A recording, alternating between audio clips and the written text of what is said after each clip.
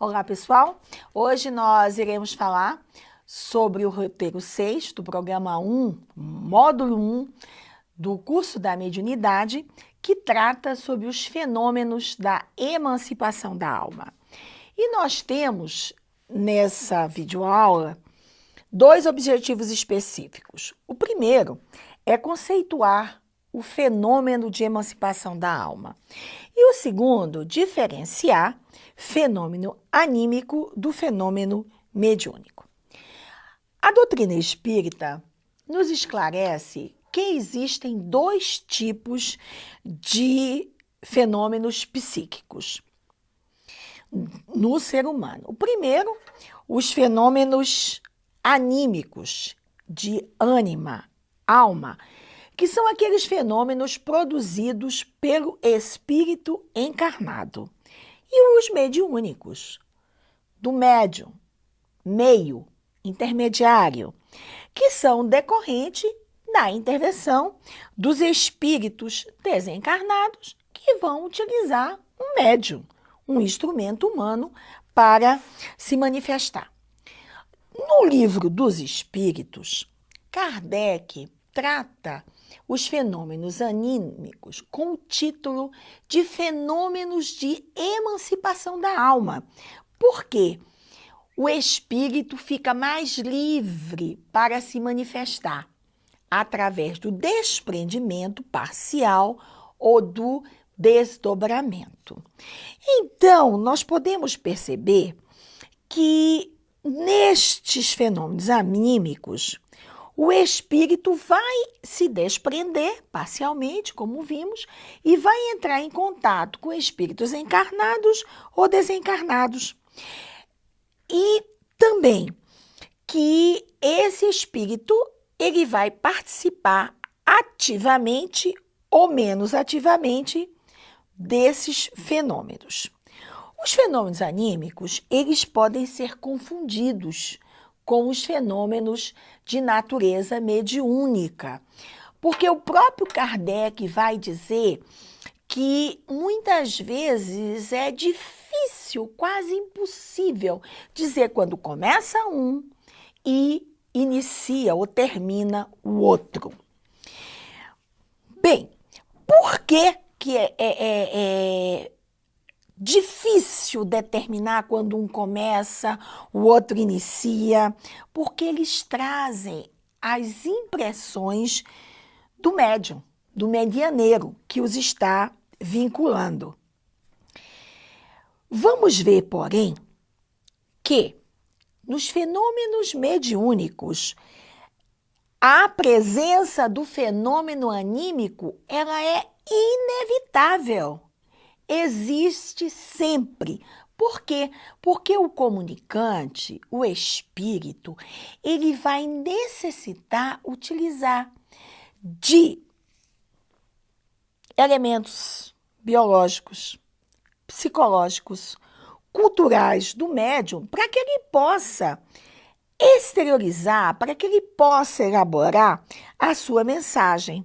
Agora, é claro que ao longo da vivência mediúnica, o médium ele vai aprendendo que apesar de ocorrer essa interferência por parte dele, os fenômenos anímicos eles vão diminuindo de intensidade. A gente em sala de aula costuma falar o seguinte para os médiuns iniciantes: não se preocupem com o animismo, que o animismo é considerado a pedra do sapato dos médiuns iniciantes. Não se preocupem. O importante é se colocarem à disposição dos espíritos, procurar trabalhar o seu eu interior, a fim de que se possa tornar um instrumento útil. Agora, no estudo desses fenômenos, gente, é muito importante saber distinguir o fenômeno anímico da mistificação mediúnica. Eu acredito que muitos de vocês já têm ouvido falar que pessoas simulam comunicações. infelizmente só ocorre aquelas pessoas que querem tirar proveito econômico de forma indireta, através de presentes, para que as pessoas outras que os procuram sejam iludidas. Então, a mistificação mediúnica é algo muito sério, porque ela implica numa falta de estudo, às vezes até um elemento que possa vir a se tornar em processo obsessivo para aquela pessoa que está simulando a comunicação, seja psicofônica, seja através da escrita, através da psicografia. Existem situações em que há a mistificação por parte do espírito, tá certo? Essa manifestação que é feita por parte do espírito, não agora do encarnado, do desencarnado, ela ocorre porque o médium também não está bem ajustado moralmente. E aí, o médium não está ajustado, ele está despreparado, ele é inexperiente e aquele espírito mistificador pode comunicar as suas ideias para interferir ali no grupo. Quando a gente fala de mistificador, a gente não pode deixar de citar que alguns grupos poderão até bem intencionados, mas sem os seus médios estarem estudando, sem estarem buscando a sua transformação interior, ser vítima de mistificador. De um espírito mistificador. É quando aqueles médios sempre querem escutar a comunicação do guia do grupo. Podem ser suscetíveis a um mistificador, a uma comunicação incorreta que queira, inclusive, lançar médium contra médium, dirigente contra dirigente. Bom, em relação a essa preponderância do fenômeno anímico, existem bem duas situações que a gente gostaria de citar. A primeira é no início da prática mediúnica, onde o fenômeno anímico é mais frequente, embora sempre vai existir, quando os chamados canais mediúnicos estão sendo desobstruídos, entre aspas, pelos espíritos. Aí, no caso, o médium principiante ele vai superando essas barreiras ao longo do tempo. E nas desarmonias psíquico-emocionais, onde a pessoa teve problemas sérios no passado, através de erros, de crimes, ela vai mobilizar muitas forças, muito coeficiente de forças do seu mundo emotivo. E aí gera uma cristalização mental, reencarna e pode, em um dado momento, inconscientemente, que aí ela não está fazendo uma mistificação, tá? Inconscientemente vir à tona uma personalidade que ela encarnou no passado. Para ficar mais claro, esse estado que simula o sonambulismo, aos estudiosos que nos escutam, leiam o capítulo 22 do livro Nos Domínios da Mediunidade. Então, nós podemos ver que esses fenômenos anímicos, quando são autênticos, verdadeiros, eles vão revelar uma atividade extracorpórea. E como Kardec estudou no Livro dos Espíritos, os fenômenos de emancipação da alma. E quais são? Eles são vários. E nós vamos começar com o sonho. O sonho é a lembrança do que o espírito viu durante o sono. A liberdade do espírito, ela é julgada pelo sonho. Agora, vamos lá, gente. Vamos ver também que muitos sonhos que a gente tem são fatos de que ocorreram no nosso dia a dia, reminiscências. Mas talvez 15%, 20%, a gente não tem assim uma estatística precisa, realmente demonstra essa emancipação do espírito, o desdobramento do espírito. Então, o que vai acontecer? Quando o espírito, ele busca se corrigir, ele busca estar estudando, ele é até um espírito superior, ele vai entrar em contato com espíritos superiores. Agora, quando ele é um espírito que vive como encarnado o seu dia a dia, aquele espírito vicioso, é claro que ele vai procurar os seus companheiros do plano espiritual, desencarnados ou encarnados. A propósito, tem um livro do confrade Divaldo Pereira Franco, Psicografia do Divaldo, e o espírito é Manuel Filomeno de Miranda, onde é relatado esses fenômenos oníricos, tá? No livro Sexo e Obsessão. Então, os companheiros leiam, se tiverem interesse, é muito bom esse livro, e vocês vão ver que aqueles companheiros que estão ligados a companhias espirituais indesejáveis, eles voltam do sonho, como se fossem verdadeiros pesadelos. Muitas vezes também pode ocorrer que aqueles nossos companheiros do passado que não querem nosso bem, eles nos perturbem através do sono, através do sonho, aqueles pesadelos horrorosos. Muito bem, este é o primeiro fenômeno anímico. Depois, vamos lembrar também que os espíritos adiantados, eles vão para junto daqueles que são seus superiores ou seus iguais. E que quem vive bem, dorme bem e sonha bem. O outro fenômeno anímico que nós não poderíamos deixar de citar é o sonambulismo. O sonambulismo é um estado de dependência do espírito mais completo do que no sonho. No sonambulismo, o espírito tem mais posse de si mesmo e ocorre normalmente quando ele está muito preocupado em realizar alguma tarefa e ele precisa utilizar do seu corpo para a realização dessa tarefa. Nós temos exemplos aqui no Brasil do Eurípides Barçanufo, que, como vocês sabem, além de educador, ele manipulava medicamentos. Então, ele conseguia manipular o medicamento no estado de sonambulismo. Porém, é importante não confundir sonambulismo, fenômeno anímico, com a mediunidade sonambúlica, que é um fenômeno mediúnico e que esses médios em estado de sonambulismo são assistidos por espírito. A propósito, tem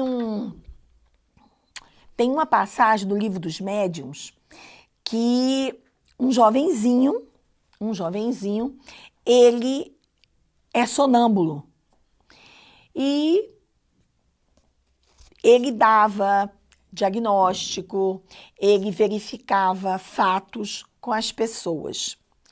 Ele era sonâmbulo, mas também tinha mediunidade sonambúlica. Então, havia a presença do fenômeno anímico e o fenômeno mediúnico. Existe até nessa passagem que diz assim, mas olha, você deu o diagnóstico, mas não queria uma medicação. E ele fala, olha, eu não posso, porque meu espírito doutor não está aqui. Então, demonstra que nessa passagem havia o sonambulismo e havia a mediunidade sonambúlica. Um outro tipo de fenômeno anímico é a telepatia. No futuro, a intuição e a telepatia vão nos ajudar demasiado. Então, como nós sabemos, a telepatia ou transmissão de pensamento é uma faculdade que ocorre, uma faculdade anímica que ocorre entre as pessoas, independentemente delas estarem acordadas ou estarem dormindo. A telepatia é uma forma de comunicação e é uma linguagem inarticulada do pensamento, onde as pessoas se veem, se olham, se compreendem. Ao longo dos anos, as pessoas que vivem juntas, elas começam a utilizar um pouquinho de telepatia. Um outro fenômeno anímico é a letargia e a catalepsia, que são fenômenos que ainda têm uma causa fisiológica inexplicada, mas elas derivam de um mesmo princípio, que é a perda temporária da sensibilidade e do movimento. Diferem pelo seguinte, gente, porque na letargia, a suspensão das forças vitais, ela é geral. Se dá a aparência de que a pessoa está morta, só que não está, hein? É só colocar um espelhinho que a gente vai ver que a respiração continua, um espelhinho debaixo do nariz, tá certo? Enquanto que na catalepsia, ela pode ocorrer de forma de uma parte do corpo, ela é localizada e ela não se confunde com a morte. Vamos lembrar que a letargia é sempre natural, mas a catalepsia pode ser magnética. E que na letargia ela pode ocorrer também no estado de coma profundo, onde é que a gente chama de coma grau 4, onde o paciente não responde aos estímulos sonoros, os estímulos da dor, os estímulos visuais, tá certo? Em relação a esses fenômenos anímicos, nós também temos o êxtase. Este fenômeno é aquele que eu acredito todo mundo gostaria de ter, porque o espírito, ele se desdobra de tal maneira, ele fica tão empolgado que ele precisa ser puxado de volta, senão ele poderia até desencarnar. É uma independência da alma que se manifesta de uma maneira muito ostensiva. Costuma-se dizer que no estado de êxtase, o aniquilamento, entre aspas, do corpo é quase completo. E que no êxtase, o espírito, ele entra em contato com outros espíritos e que às vezes ele quer ficar por lá, só que não pode, né? Precisa voltar. E aí ele volta. Um outro fenômeno anímico que eu acredito é bem conhecido por todos nós é a bicorporeidade. A bicorporeidade, ela demonstra de uma forma muito clara a existência do corpo e do espírito que leva seu perispírito junto. A bicorporeidade é aquele fenômeno em que o espírito se afasta do corpo e ele se torna visível e tangível. Enquanto isso, o corpo ou está em estado de transe ou adormecido. De uma maneira geral, o corpo precisa estar adormecido, mas em algumas situações não ocorre isso. Vocês querem ver? A história de Antônio de Pádua é muito conhecida, e de Afonso de Liguori, do Livro dos Médiuns, Kardec trata a respeito. O Antônio de Pádua, ele foi até canonizado pela Igreja Católica, o pessoal o chama de santo casamenteiro, é um padre português que estava pregando num púlpito na Itália, quando o seu pai estava sendo condenado por um crime que não cometeu. Então ele se desdobra, vai lá em Portugal, faz a defesa do seu pai, ele se torna visível e tangível e depois volta e continua sua prédica lá na Itália. É claro que um espírito superior, né, pessoal? Bem, o outro caso é do Eurípides Barçanufo. No livro de Jorge Rizzini, Lindos Casos de Eurípides Barçanufo, é relatado vários casos de bicorporidade, onde, lá em Sacramento, os alunos já sabiam, e tio Eurípides vai sair. Ele estava dando aula, de repente parava, desdobrava, fazia parto e retornava. E Eurípides, não apenas no parto, mas também em algumas outras situações, ele interfere ajudando aquelas pessoas que naquela época não podiam recorrer a médicos. O outro fenômeno anímico é a dupla vista ou a segunda vista, que é a faculdade, graças à qual a pessoa vê, ouve, sente, além dos limites dos sentidos humanos. Depois nós temos a transfiguração, que é o fenômeno que consiste na mudança do aspecto de um corpo. Isso aí, gente, é muito interessante. Por quê? Porque muitas vezes, quando a gente está com raiva ou a gente tem uma emoção muito forte, o nosso rosto se transfigura. Mas a transfiguração mais importante, que é conhecida, é a de Jesus, no Tabor, que é relatado em Mateus, do capítulo 17, versículo 1 a 9.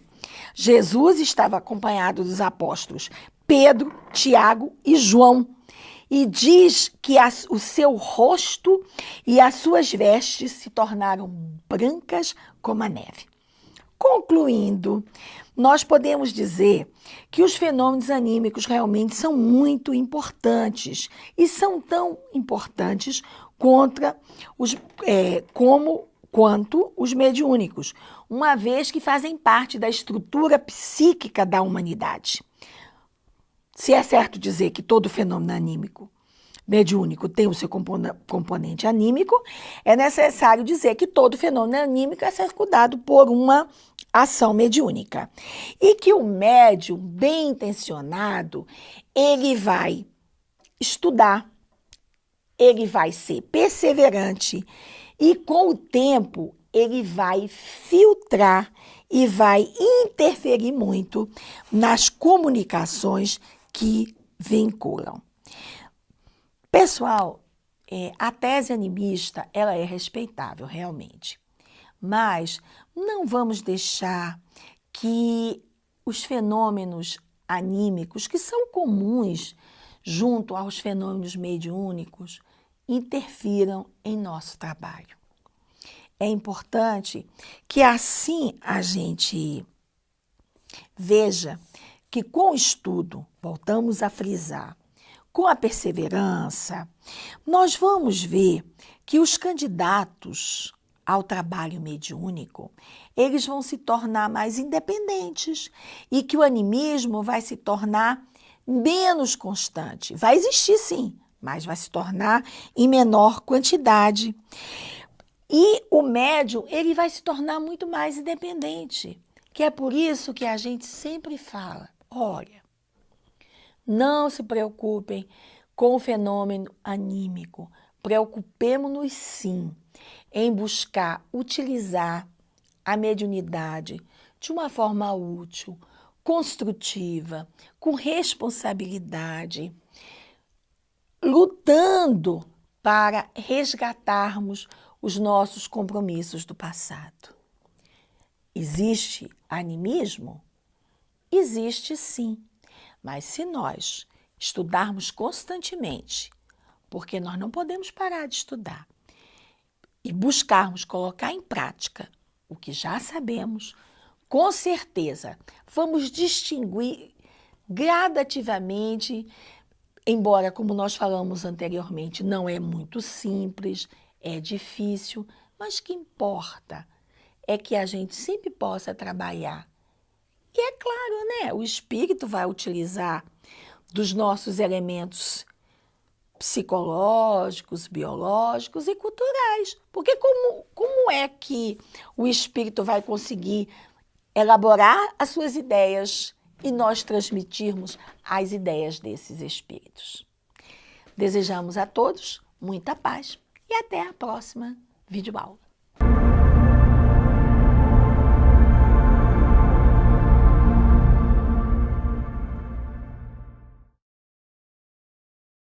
Vinculando. Vamos ver, porém, que nos fenômenos mediúnicos, a presença do fenômeno anímico, ela é inevitável. Existe sempre. Por quê? Porque o comunicante, o espírito, ele vai necessitar utilizar de elementos biológicos, psicológicos, culturais do médium para que ele possa exteriorizar, para que ele possa elaborar a sua mensagem. Agora, é claro que ao longo da vivência mediúnica, o médium participar ativamente ou menos ativamente desses fenômenos. Os fenômenos anímicos, eles podem ser confundidos com os fenômenos de natureza mediúnica, porque o próprio Kardec vai dizer que muitas vezes é difícil, quase impossível, dizer quando começa um e inicia ou termina o outro. Bem, por que é difícil determinar quando um começa, o outro inicia? Porque eles trazem as impressões do médium, do medianeiro, que os está. No Livro dos Espíritos, Kardec trata os fenômenos anímicos com o título de fenômenos de emancipação da alma. Por quê? O espírito fica mais livre para se manifestar através do desprendimento parcial ou do desdobramento. Então, nós podemos perceber que nestes fenômenos anímicos, o espírito vai se desprender parcialmente, como vimos, e vai entrar em contato com espíritos encarnados ou desencarnados. E também que esse espírito ele vai participar fenômeno anímico do fenômeno mediúnico. A doutrina espírita nos esclarece que existem dois tipos de fenômenos psíquicos no ser humano. O primeiro, os fenômenos anímicos de ânima, alma, que são aqueles fenômenos produzidos pelo espírito encarnado. E os mediúnicos, do médium, meio, intermediário, que são decorrentes da intervenção dos espíritos desencarnados que vão utilizar um médium, um instrumento humano para se manifestar.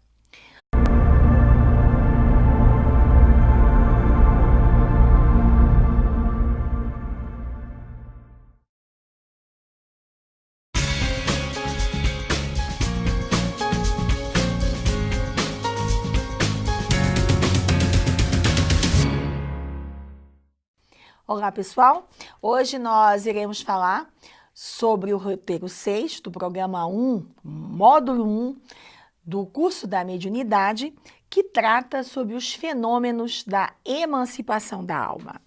E nós temos, nessa videoaula, dois objetivos específicos. O primeiro é conceituar o fenômeno de emancipação da alma. E o segundo, diferenciar